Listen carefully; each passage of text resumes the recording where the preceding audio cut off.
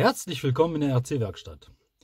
Ja, heute wollte ich mal eine Carbon Brace machen für den Kraton V4 und ja, wollte euch das mal kurz zeigen, wie man das mit einfachen Mitteln machen kann. Also wir brauchen jetzt keine Drehbank dafür. Ist natürlich besser, würde auch viel einfacher gehen, aber es geht auch mit einer Standbohrmaschine oder sogar nur mit einer Bohrmaschine. Wenn man die Möglichkeit hat, die irgendwie einzuspannen, dann würde das auch mit einer normalen Bohrmaschine gehen. Wir brauchen einmal so ein Carbonröhrchen. Das kriegt man ja im Modellbauläden oder eBay, ja, diversen Seiten. Ich habe hier einen Durchmesser von 1 cm. Durchmesser, Wandstärke müssten 1,5 sein oder sowas. Wir brauchen dann noch Alu-Vollmaterial im gleichen Durchmesser. Das wäre dann das Optimale. Kann natürlich größer sein, nur nicht kleiner. Ich zeige euch gleich dann warum. So, jetzt haben wir das mit der normalen Säge einmal durchgeschnitten. Dann haben wir natürlich ja nicht wirklich gerade rechtwinklig abgeschnitten. Und dafür brauchen wir jetzt die Standbohrmaschine. Ja, wir gehen mal rüber zu der Standbohrmaschine und dann machen wir weiter. So, wir haben unser Alustück an der Standbohrmaschine eingespannt und ja, ich erkläre euch das jetzt mal. Ich führe euch das nicht vor, weil das wird zu laut und ja, das erspare ich euch jetzt. Also, wenn die Maschine läuft, gehen wir runter, leicht dran und immer schön bewegen, wie als ob man ganz normal halt feilt. Nur halt, dass sich das Stück halt dreht. Damit kriegt man auf jeden Fall eine schöne plane Fläche hin.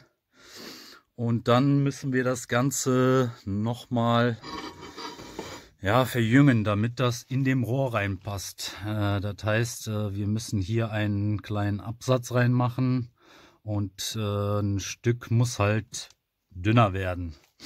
So, das können wir erreichen, indem wir den wieder drehen lassen und mit der Feile einfach hier abfeilen. Ihr könnt natürlich auch eine Flex nehmen und dran halten, bloß hier muss wirklich eine gerade Stelle sein.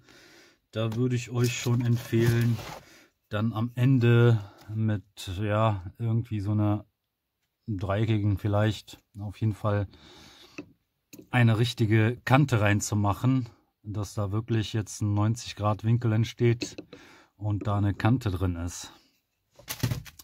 Wir machen das Ganze nur von einer Seite plan, die andere Seite sparen wir uns, da die dann im Rohr verschwindet.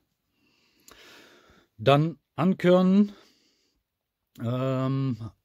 vorbohren, ein Dreier vorbohren und dann mit 4,5er, denn wir müssen hier ein 5 mm Gewinde reinschneiden. Ich bereite da mal was vor und dann machen wir weiter.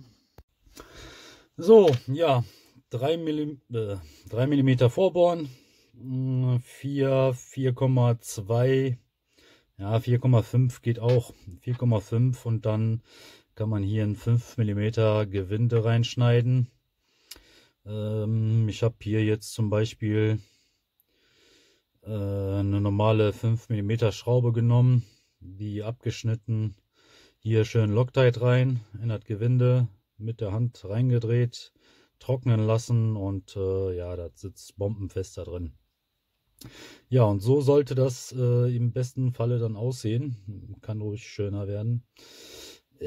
Aber gut, das verschwindet im Rohr und dann sieht man das sowieso nicht mehr. So, dann haben wir unser Stück, was wir dann hier reinschieben Und das Ganze sichern wir dann hier. Ich habe jetzt eine Schraube genommen. Ihr könnt da natürlich 2 Schrauben reinmachen. Ja, wie ihr wollt. Aber ich denke, eine Schraube wird da schon reichen, da hier auf der Brace ein Druck drauf ist und kein Zug. Durch unsere Kante liegt das an und somit haben wir dann eine schöne Kraftverbindung. Jetzt ohne diese Stelle würde natürlich nur das Gewinde das aushalten, beziehungsweise nur die Schraube das aushalten. Aber die ist eigentlich nur dafür da, dass das hier drinne bleibt und sich nicht verdreht.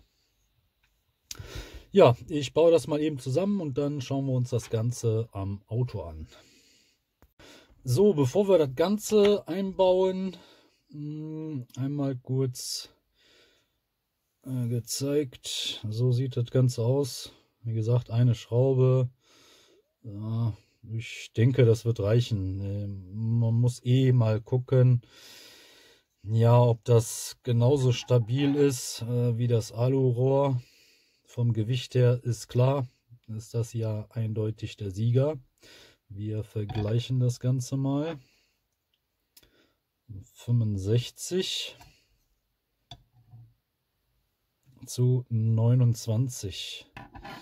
Hier sind allerdings noch die Köpfe dran. Ein Kopf wiegt um die 3 Gramm. Also müssen wir hier noch 6 Gramm davon abziehen. Also gewichtsmäßig sind wir da auf jeden Fall im Vorteil, würde ich sagen. So, jetzt haben wir es montiert und ja, ich bin erstmal soweit zufrieden. Ja, wie gesagt, wird sich zeigen, ob es gut ist oder nicht. Ich werde die da testen, beziehungsweise mein Neffe, das ist das Auto von meinem Neffen, der wird es testen. Der ist noch neu in dem Gebiet und ja, ich schätze mal, dieses Auto wird ordentlich was auf die Fresse bekommen. Und ja, hält oder zerfällt. Wir werden es sehen. Ich werde euch auf den Laufenden halten und wird das ja dokumentieren und euch berichten, ob es hält oder nicht. Und dann ja, kommt wahrscheinlich wohl ein Video dazu noch raus zum Fazit von der Carbonstrebe. Ja, ich bin jetzt vorerst fertig und jetzt kann man testen. Ja, vielen Dank fürs Zuschauen. Ich hoffe, wir sehen uns dann mit dem nächsten Video wieder. Bis dahin, bleibt gesund und bis demnächst in der RC Werkstatt.